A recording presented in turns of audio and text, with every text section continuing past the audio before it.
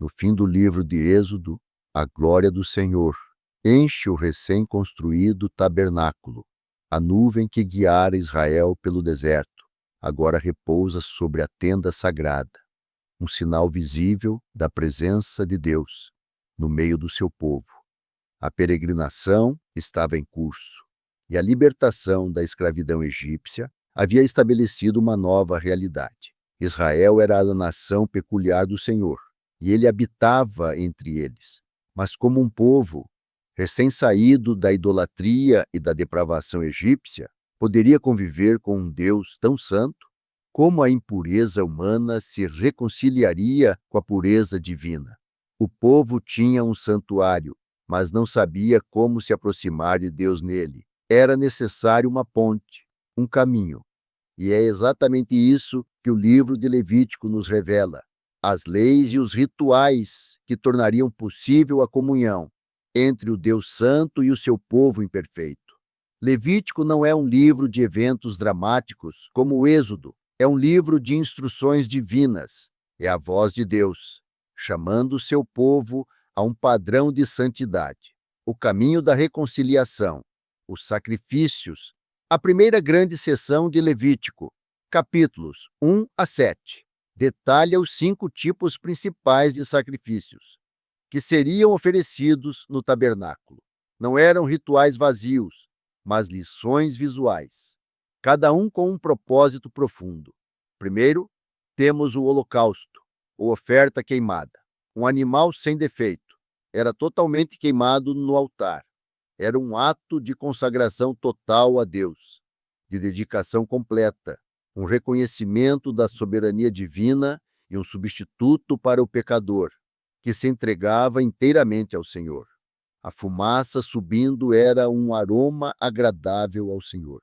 Não porque Deus precisasse do cheiro, mas porque representava a aceitação da entrega sincera. Depois, a oferta de manjares, feita de flor de farinha, azeite e incenso. Era uma oferta pacífica, sem derramamento de sangue. Ela simbolizava o reconhecimento da provisão de Deus, uma gratidão pela vida e sustento, um voto de dedicação do trabalho das mãos ao Senhor. Era a lembrança de que toda boa dádiva vem de cima. Em seguida, a oferta pacífica, a oferta de comunhão. Uma parte era queimada para Deus, e o restante era compartilhado entre o sacerdote e o ofertante. Era a única oferta onde as pessoas comiam parte do sacrifício. Ela falava de paz, de comunhão restaurada com Deus e entre as pessoas, de alegria pela sua presença e provisão. Era uma refeição compartilhada na presença do Santo. As 2 ofertas seguintes eram diretamente ligadas ao pecado. A oferta pelo pecado lidava com pecados não intencionais, falhas por ignorância, ou impurezas rituais que contaminavam a pessoa e o santuário. O sangue do animal, derramado e aspergido, fazia expiação, cobrindo a transgressão e purificando o lugar sagrado. E, por fim, a oferta pela culpa, ou transgressão, específica para pecados que envolviam danos a alguém ou a propriedades, exigindo restituição além da expiação. Era para transgressões que exigiam não só perdão, mas também reparação do mal causado. Ela ensinava que o pecado não é apenas uma ofensa a Deus, mas muitas vezes causa prejuízo ao próximo e exige uma reparação ativa. Em cada um desses sacrifícios, um princípio era inescapável: a vida da carne está no sangue. Levítico 17:11. Sem derramamento de sangue, não havia remissão. O animal inocente morria em lugar do pecador, uma prefiguração do sacrifício perfeito que viria no futuro. O sacerdócio, mediadores entre Deus e o povo, com o tabernáculo e os sacrifícios estabelecidos. Deus designa aqueles que ministrariam em sua presença. Os sacerdotes, os capítulos 8 a 10 de Levítico, descrevem a consagração de Arão e seus filhos, Nadab, Abiú, Eleazar e Itamar, para o ofício sacerdotal. Moisés, sob a direção de Deus, realiza o ritual, eles são lavados com água, vestidos com vestes sagradas que simbolizam pureza e autoridade, ungidos com óleo para serem separados para o serviço divino, e sacrifícios são oferecidos por eles. O sangue é aplicado às pontas de suas orelhas, polegares das mãos e polegares dos pés, simbolizando que toda a sua vida, o que ouvem, o que fazem e para onde vão, deve ser dedicada ao Senhor. Arão e seus filhos passam 7 dias na entrada da tenda do encontro, completando o rito de consagração. No 8º dia, a glória do Senhor aparece ao povo, e o fogo do Senhor consome as ofertas no altar, confirmando a aprovação divina. No entanto, em meio a essa solenidade, ocorre uma tragédia chocante. Nadab e Abiú, 2 filhos de Arão, oferecem fogo estranho perante o Senhor, algo que Deus não havia ordenado. Imediatamente, fogo sai da presença do Senhor e os consome. Uma lição severa e assustadora. A santidade de Deus não é algo a ser tratada com leviandade. A aproximação de Deus exige obediência estrita e reverência. Aos que se chegam a mim, santificar-me-ei, diz o Senhor. Este evento reforça o papel do sacerdote como intermediário, mas também como alguém que deve se aproximar com temor e obediência.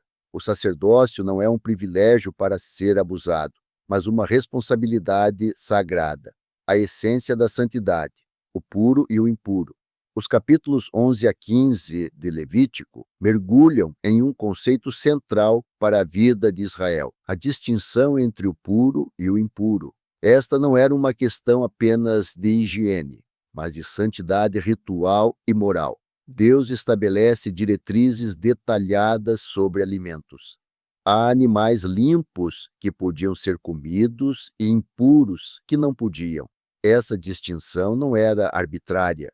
Ela servia para ensinar discernimento e separação, lembrando ao povo que eles eram diferentes das nações ao redor, chamados a um padrão mais elevado. As leis de pureza também abrangiam parto. Uma mulher que dava à luz tornava-se ritualmente impura por um período, exigindo rituais de purificação. Doenças de pele, lepra. Condições de pele, como a lepra, tornavam a pessoa impura, exigindo isolamento, e após a cura, um complexo ritual de purificação conduzido pelo sacerdote. Era uma forma de proteger a comunidade e ensinar sobre o impacto do pecado que contamina. Descargas corporais, secreções e fluxos corporais também eram regulamentados, ensinando que até mesmo processos biológicos naturais poderiam, em certos contextos, tornar a pessoa ritualmente impura e necessitar de purificação para se aproximar do sagrado.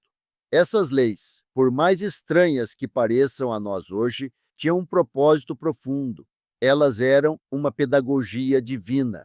Ensinavam a Israel que a santidade de Deus permeava cada aspecto da vida. Elas criavam uma consciência aguda da necessidade de purificação e da seriedade da impureza diante de um Deus santo. O objetivo era separar Israel das práticas pagãs e incutir neles uma percepção constante da presença de Deus e da necessidade de viver em conformidade com sua pureza. O grande dia da expiação, Yom Kippur, no coração de Levítico. Capítulo 16. Está a descrição do Yom Kippur, o dia da expiação. Era o dia mais solene do ano no calendário israelita, quando toda a nação se purificava e era feita expiação por todos os seus pecados, conhecidos e desconhecidos, acumulados ao longo do ano. Nesse dia, o sumo sacerdote, e somente ele, podia entrar no Santo dos Santos, o lugar mais sagrado do tabernáculo, onde a glória de Deus habitava sobre a arca da aliança. Mas ele não entrava de qualquer maneira. Primeiro, precisava se purificar. Vestia-se com vestes simples de linho branco. Em vez de suas vestes sacerdotais gloriosas, 2 bodes eram separados, Um era sacrificado como oferta pelo pecado, e seu sangue era levado pelo sumo sacerdote para dentro do Santo dos Santos e aspergido sobre o propiciatório, a tampa da arca. Este bode fazia expiação pelos pecados dos sacerdotes e de toda a congregação. O outro bode era o bode expiatório, conhecido como Azazel. Arão colocava as mãos sobre a cabeça do bode, confessando sobre ele todos os pecados do povo. Em seguida, esse bode era levado para o deserto por um homem designado, simbolicamente carregando para longe todos os pecados de Israel para uma terra desolada, onde não mais contaminaria a comunidade. O dia da expiação era a demonstração mais clara de que a purificação dos pecados só poderia vir de Deus, através de um substituto e de um ritual divinamente instituído. Era um lembrete anual da misericórdia de Deus, mas também da seriedade do pecado e da necessidade constante de arrependimento e expiação. O chamado à santidade na vida diária, sereis santos. Os capítulos 17 a 27 de Levítico expandem o conceito de santidade, para além dos rituais, aplicando a todas as áreas da vida. A palavra-chave aqui é: sereis santos, porque eu, o Senhor vosso Deus, sou santo. Levítico 19, 2. A moralidade e a ética não são separadas da adoração, são uma extensão dela. Este segmento do livro, muitas vezes chamado de Código de Santidade, abrange uma ampla gama de tópicos, proibições de idolatria e práticas pagãs. Israel não deveria se envolver com cultos idólatras, feitiçaria, adivinhação ou sacrifícios de crianças, práticas comuns nas nações vizinhas. Leis sexuais e familiares, proibições de incesto, homossexualidade, bestialidade e outras imoralidades sexuais que degradavam a família e a sociedade. Justiça social e cuidado com o próximo. Mandamentos para amar o próximo como a si mesmo. Não explorar o estrangeiro, o pobre ou o assalariado. Não difamar, não praticar vingança e ter honestidade nas relações comerciais. O direito à gleba e o ano do jubileu.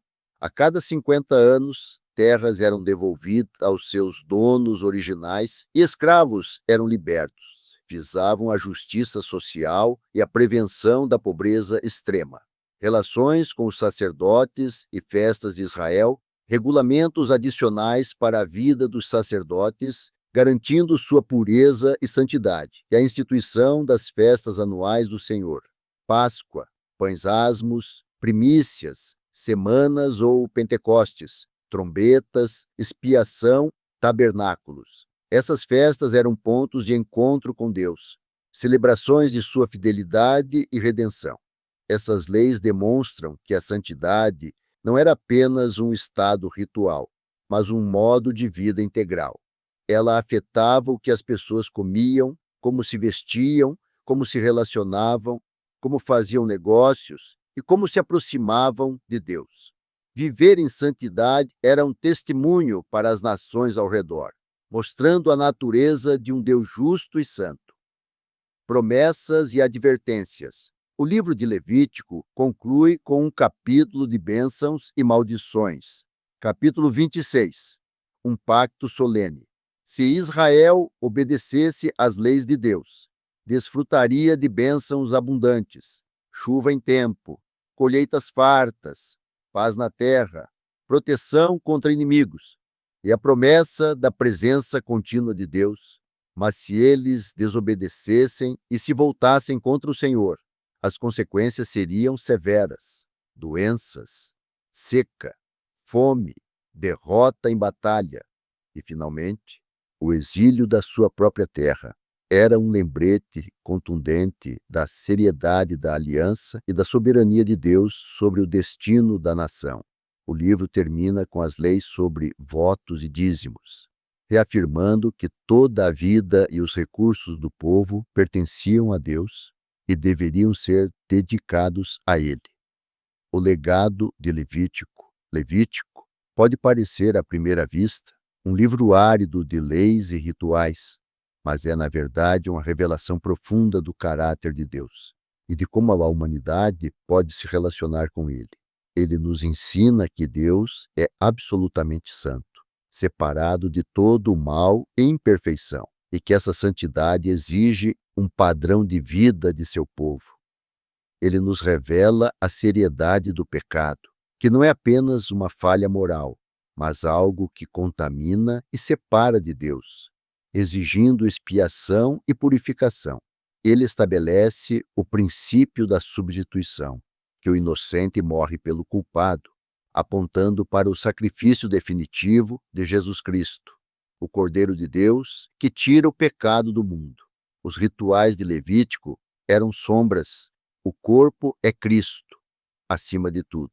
Levítico é o livro que nos mostra que, embora Deus seja santo e o homem pecador, ele provê um caminho para a reconciliação e comunhão. É a demonstração de um Deus que, em sua infinita graça, desejava habitar com seu povo, mesmo em sua imperfeição, e os capacitava a se aproximar dele. Do êxodo da escravidão ao estabelecimento da morada divina, Israel agora tinha as instruções para viver em santidade e desfrutar da presença de seu Deus. O desafio era grande, mas a promessa maior ainda, a presença do Deus Santo no meio deles.